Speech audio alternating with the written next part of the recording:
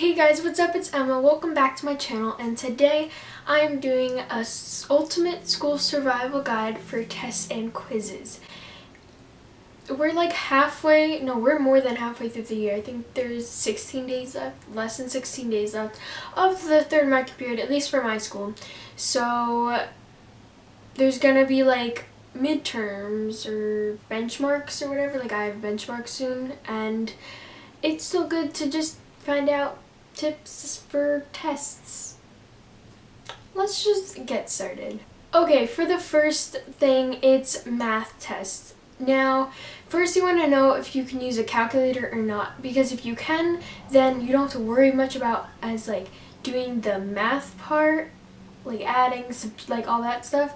But then if you aren't allowed to use a calculator, then you need to figure out like how do I do this in my head where it doesn't take like the whole class period. Like for my math benchmark, I am not allowed to use a calculator, so it's going to be kind of hard because then I need to do everything in my head. But now I know that I don't have to use a calculator, because then, or else I would be used to just doing a calculator and then it would mess me up. Also, this goes for really any test, but on math too. It's if you don't know the answer to a question, just skip it, because you don't want to spend all your time on that question. Say it only is worth 2 points. Like, why would you waste all your time just working on that one question where there's another question where it's 10 points and it's the easiest question in the world and but you waste all your time on that question. You know what I mean? Like, my teachers tell me that all the time. Also, during a test, a really good trick is ask teachers specific questions. Like, would this be how you write it? Or what would I have to do next? Like, don't make it is this the answer? Obvious, that's too specific. And that leads to the next thing, is most teachers actually give hints while they're talking. So you might think that you don't have to pay attention in class. You could just review your notes and then just study and then you would be fine. No, most of the time teachers are okay, this is going to be on your quiz or this is going to be on your test. It'll specifically give you what's going to be on it. Also for math, especially be neat, because numbers can be mistaken very easily, especially with 4s and 9s. It depends how you rate them, because you could rate a 4 but then it could kind of look like it's a 9, so you just want to be careful, because then you get a stupid thing wrong because you wrote it wrong but you got it right. Also, you want to take your time, because you don't want to mess up, because I did the stupidest thing ever, because instead of multiplying 8 times 8 to get 64, I did 8 plus 8, which is 16. I got -5 points off. So that's just a stupid mistake where I could have got 100 instead of a 95. And it's still good, but you could have done better, you know what I mean? On to the next thing is multiple choice questions. Now, these are my favorite type of questions, because then you have 25% chance for each one, and then usually you narrow it down to 2 and then it's 50-50. So you have a pretty good chance of getting it right. Before you pick an answer, before you go straight to the answer, even if it is it, just go through every single answer, and if there's 2 that are similar or say it's the opposite of each other, but they're still the same topic of area that it is, I don't know, then it's probably one of those 2, and then you have 50-50 chance, so just pick one.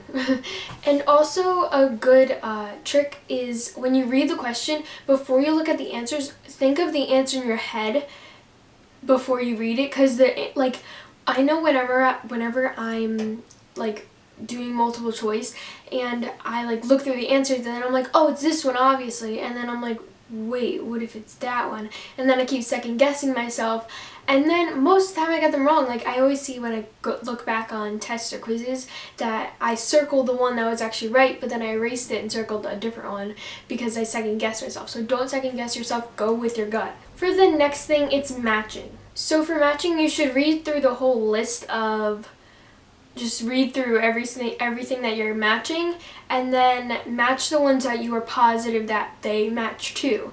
If it's dog, perro, which is dog in Spanish, then you would just match it up because you know that. For short answers, write in full sentences. Most of the time, it might not say to write in full sentences, but it's really good to, because you might get points off if you don't. And also make sure to be specific as possible. Even if you're not sure on the answer that you're writing down, if you're specific and you put your reasoning, you put evidence to your reasoning, then you might get some credit. And also, don't just not write anything because you don't know what it is. Like what I just said, like just write something and then you might get some points. And for the last thing, it's essays. So for essays, you have to read the question really carefully, because you need to know every specific point of the question, because you don't want to get one thing wrong, because then if it says like how could or how should, then you could be like, then that would just mess everything up. So just pay attention to every word. And also, this doesn't take long and it'll help you so much, is to write an outline. Like beginning, I'll like do my thesis, blah blah blah, first body paragraph, second body paragraph, third body paragraph. I don't know how many body paragraphs there are, but yeah, and then conclusion, and then all you have to do is like write it. And most of the time essays are actually pretty easy, because all you have to do is like cite the information from the text or whatever, and then explain it, and then like back up your reasoning. Like it's not that hard. Also make sure to write neat and legible, because they could read it wrong and then it wouldn't be good. Also at the end, check for errors, because a lot of points are usually taken off for like things just stupidly spelt wrong or not capitalized or not punctuated. Just check for errors. It takes like 2 seconds. Just read through, just look at punctuation points and spellings and stuff, and you're good. Okay, so that's it for today's video. I hope you guys enjoyed. Please give this video a big thumbs up and comment down below any other video requests that you have. And if you like this series, if I call it a series, then give this video a thumbs up. Let's get it to like 10 likes, I guess. I don't really know. And I'll see you guys in the next video. Bye. I think that's gonna be my new thing. I don't really know. Wait, what was it? Okay, that's weird. Okay, bye.